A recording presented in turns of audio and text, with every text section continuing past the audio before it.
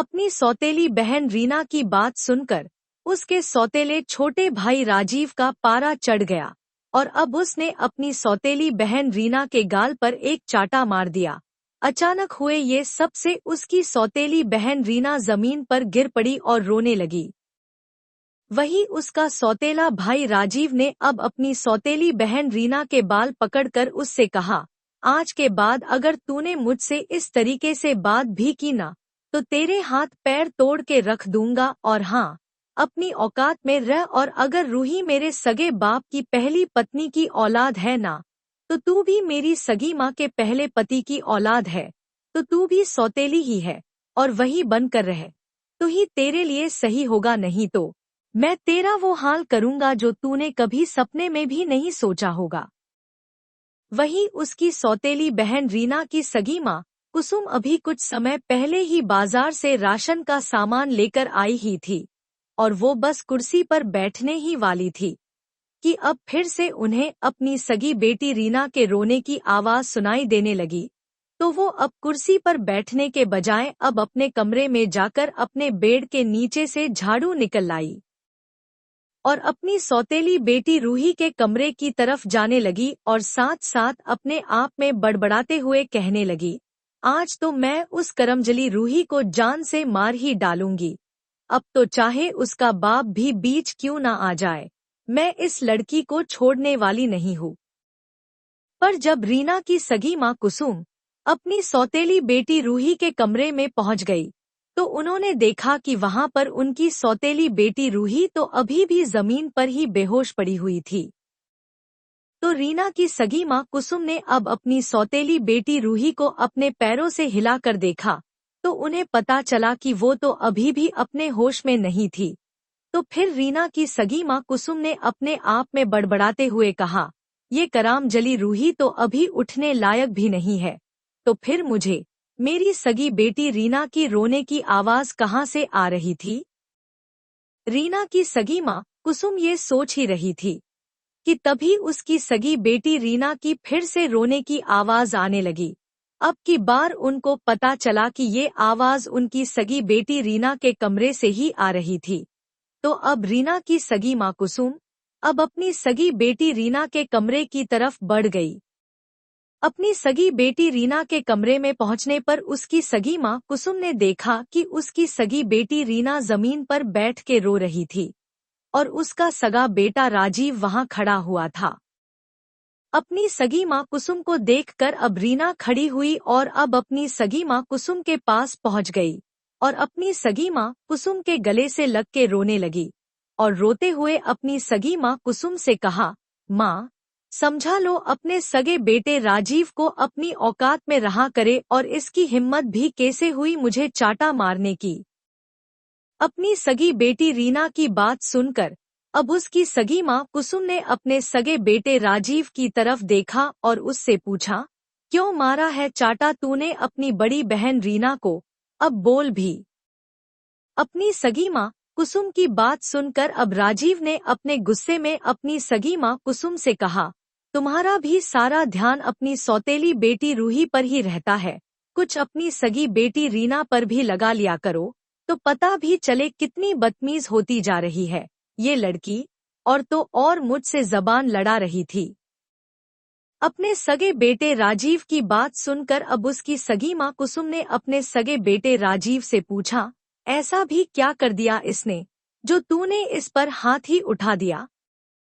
अपनी सगी माँ कुसुम की बात सुनकर उसके सगे बेटे राजीव ने अपने गुस्से में अब अपनी सगी माँ कुसुम से कहा, मेरे से बदतमीजी से बात कर रही थी और हाँ, इसको कुछ तमीज सीखा दो, नहीं तो अभी बस एक चाटा ही मारा है, अगली बार पता नहीं क्या कर जाऊंगा,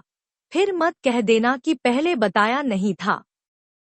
रूही का सौतेला भाई राजीव अब अपनी बात कहकर अब अपने गुस्से में अब अपनी सौतेली बड़ी बहन रीना के कमरे से चला गया।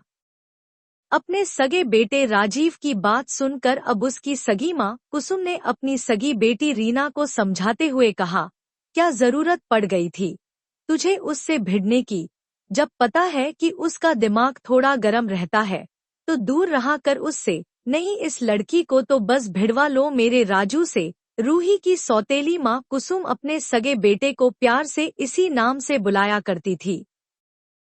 अपनी सगी माँ कुसुम की बात सुनकर अब उनकी सगी बेटी रीना ने गुस्सा करते हुए अपनी सगी माँ कुसुम से कहा, एक तो आपके सगे बेटे राजू ने मेरे ऊपर हाथ उठा दिया और तुम अपने ही सगे बेटे राजू की ही तरफदारी कर रही हो। भला कैसी माँ हो तुम? कुछ तो शर्म कर लो। अपनी सगी बेटी रीना की बात सुनकर अब उसकी सगी माँ कुसुम ने अपनी सगी बेटी रीना से कहा, क्या जरूरत पड़ गई थी तुझे राजू के मुंह लगने की, जबकि तुझे पता तो है उसको लड़कियों का ज्यादा बोलना पसंद नहीं, फिर तू क्यों उसके सामने बदतमीजी से बात कर रही थी? अपनी सगी माँ कुसुम की बात सुनकर उसकी सगी बेटी रीना ने अपनी सगी माँ कुसुम से कहा, एक तो आपके उस लाडले बेटे राजीव ने मुझे चाटा मार दिया और ऊपर से मुझे सौतेली बोल रहा था और साथ में उस बदनसीब रूही से मेरी तुलना कर रहा था और तुम कह रही हो मैं उससे बदतमीजी से बात कर रही थी। अपनी सगी बेटी रीना की बात सुनकर अब उसकी सगी माँ कुसुम ने अपनी सगी बेटी रीना से कहा, बेटा मैंने तुझे जन्म दिया है और बहुत अच्छे से जानती हूँ, तूने कुछ तो कहा ही होगा मेरे राजू को, नहीं तो वो ऐसा कभी करता। और तू ही बता, इस घर में वो करमजाली रूही भी तो रह रही है, राजू ने उस पर तो कभी भी हाथ नहीं उठाया, बस हाँ उसको परेशान जरूर से करता है और कभी कभी गलियां भी देता है, पर उसने कभी भी उस करमजली रूही पर हाथ नहीं उठाया है। अपनी सगी माँ कुसुम की बात सुनकर अब उसकी सगी बेटी रीना ने गुस्से से झल्लाते हुए अपनी सगी माँ कुसुम से कहा, हाँ तो मेरा मोबाइल बिना मेरी परमिशन के छू रहा था, इसलिए अपने उस लाडले बेटे राजीव को बोला था बस, और इतने में उसने मेरे ऊपर हाथ उठा दिया, ये तक नहीं सोचा कि मैं उसकी बड़ी बहन हूँ।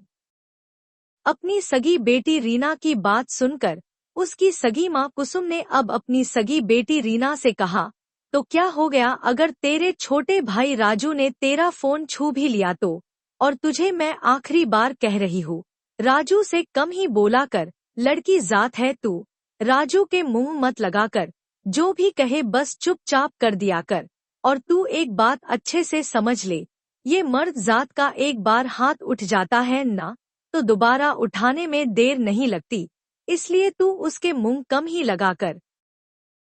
अपनी सगी माँ कुसुम की बात सुनकर अब रीना ने गुस्सा करते हुए अपनी सगी माँ कुसुम से कहा, अपने लाडले बेटे राजीव को डांटने के बजाय मुझे क्यों समझा रही हो? और तुम शायद भूल रही हो, मैं तुम्हारी पहली और सगी औलाद हूँ।